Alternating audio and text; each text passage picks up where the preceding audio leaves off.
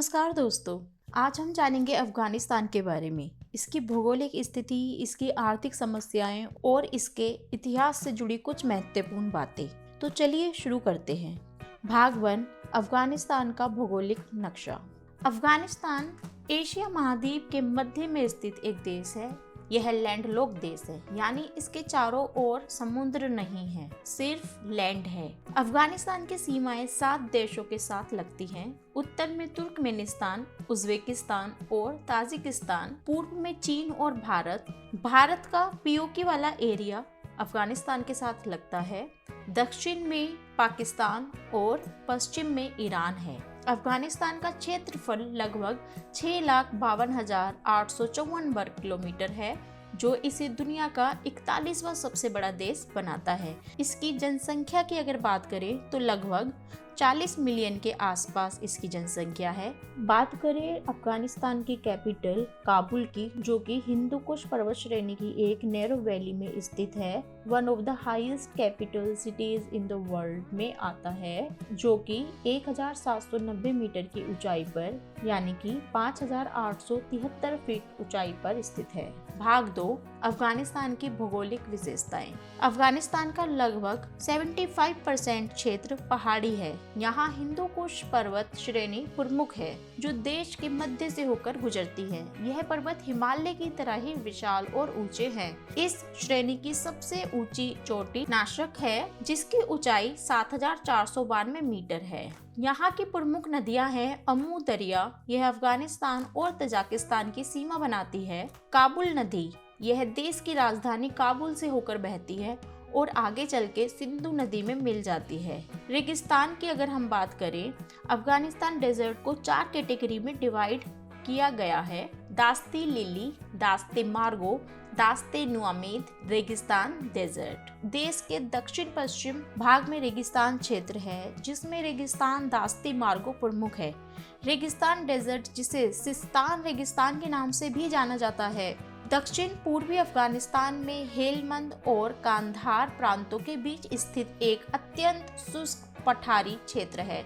यह एक रेतीला रेगिस्तान है, जिसमें लगभग 5 से 100 फीट ऊंची लाल रेत की पहाड़ियां, रेत से ढके मैदान और खुले चट्टानी और मिट्टी से ढके क्षेत्र है। राजनीति और शासन। गणराज्य से तालिबान तक की अगर हम बात करें तो अफगानिस्तान ने 1919 में ब्रिटिश नियंत्रण से अपनी स्वतंत्रता प्राप्त की, पर 1973 में जाके अफगानिस्तान एक गणराज्य बना। लेकिन 1996 में तालिबान ने यहाँ सत्ता पर कब्जा कर लिया और इस्लामी कानून लागू किया। 2001 में अमेरिका के नेतृत्व में हुए हस्तक्षेप के बाद तालिबान की सत्ता समाप्त हो गई, लेकिन 2021 में वे फिर से सत्ता में लौट आए।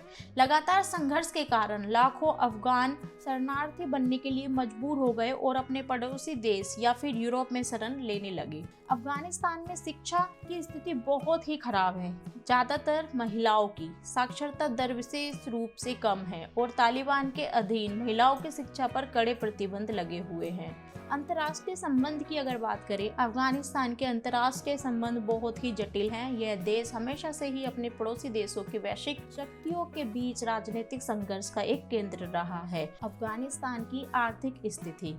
सवाल यह उठता है कि अफगानिस्तान ने 1919 में ब्रिटिश नियंत्रण से अपनी स्वतंत्रता प्राप्त की, पर फिर भी अफगानिस्तान की अर्थव्यवस्था कमजोर क्यों है? इसके कई कारण हैं, चलिए जानते हैं। पहला कारण राजनीतिक अस्थिरता। दशकों से चले आ रहे युद्ध और संघर्ष ने देश की राजनीतिक स्थिति को बहुत ही अस्थिर बना दिया है। तालिबान का उदय और पतन और निरंतर आतंकवादी गतिविधियां देश की शांति और विकास को प्रयासों को बाधित करती है। दूसरा कारण है भ्रष्टाचार। सरकारी संस्थानों में फैला भ्रष्टाचार भी एक बड़ी समस्या है। यह विकास और आर्थिक सुधारों को रोकता है। तीसरा कारण बनता है शिक्षा और स्वास्थ्य सेवाओं की कमी। अफगानिस्तान में शिक्षा और स्वास्थ्य सेवाओं की स्थिति बहुत ही खराब है। इसकी वजह से मानव संसाधन का विकास नहीं हो पाता और उत्पादन क्षमता प्रभावित होती है। चौथा कारण बनता है अविकसित इंफ्रास्ट्रक्चर। देश में बुनियादी ढांचों का विकास नहीं हो पाया है। सड़कों, बिजली, पानी और संचार की कमी में आर्थिक गतिविधियां प्रभावित होती है। पांचवा कारण बनता है प्राकृतिक आपदाएं। भूकंप, बाढ़ और सूखे जैसी प्राकृतिक आपदाएं भी देश की आर्थिक स्थिति को कमजोर बनाती हैं। अफगानिस्तान का इतिहास। अब बात कर लेते हैं थोड़ी सी अफगानिस्तान के इतिहास के बारे में। अफगानिस्तान का इतिहास अलेक्जेंडर द ग्रेट के समय से जुड़ा हुआ है। इसके बाद यहाँ मौर्य साम्राज्य, कुषाण साम्राज्य और मुगल साम्राज्य का शासन रहा। 19वीं सदी में अफगानिस्तान ब्रिटेन और रूस के बीच जियोपॉलिटिकल संघर्ष का केंद्र रहा, जिसे द ग्रेट गेम कहा जाता है। अब बात करते हैं यहाँ की थोड़ी संस्कृति की। अफगानिस्तान एक सुंदर और समृद्ध संस्कृति वाला देश है।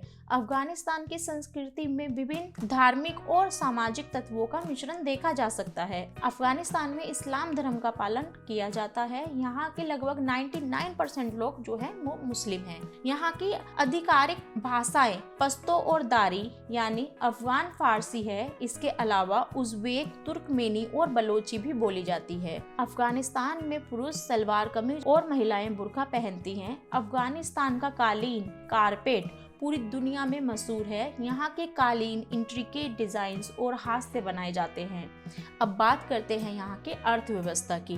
अफगानिस्तान की अर्थव्यवस्था मुख्यतः कृषि पर निर्भर करती है। यहाँ अनार, अंगूर और अन्य फल भी उगाए जाते हैं।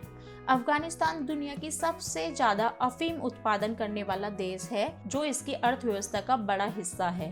यहाँ की मुद्रा अफगानी यानी AFN है। अफगानिस्तान एक सुंदर और समृद्ध संस्कृति वाला देश है, लेकिन राजनीतिक अस्थिरता, भ्रष्टाचार और अन्य समस्याओं ने इसकी आर्थिक स्थिति को कमजोर बना दिया है। हमें उम्मीद है कि भविष्य में यहाँ शांति और स्थिरता स्थापित होगी, जिससे देश के नागरिकों को एक बेहतर जीवन जीने का अवसर मिलेगा। उम्मीद करती हूँ आज की वीडियो से आपको काफी कुछ नया सीखने को मिला होगा। आज के लिए इतना ही। फिर मिलते हैं न्यू वीडियो में न्यू कंट्री के साथ। Please like, comment, share and subscribe my channel and hit that bell icon for upcoming video notifications so you won't miss my new video. Thank you so much. Bye.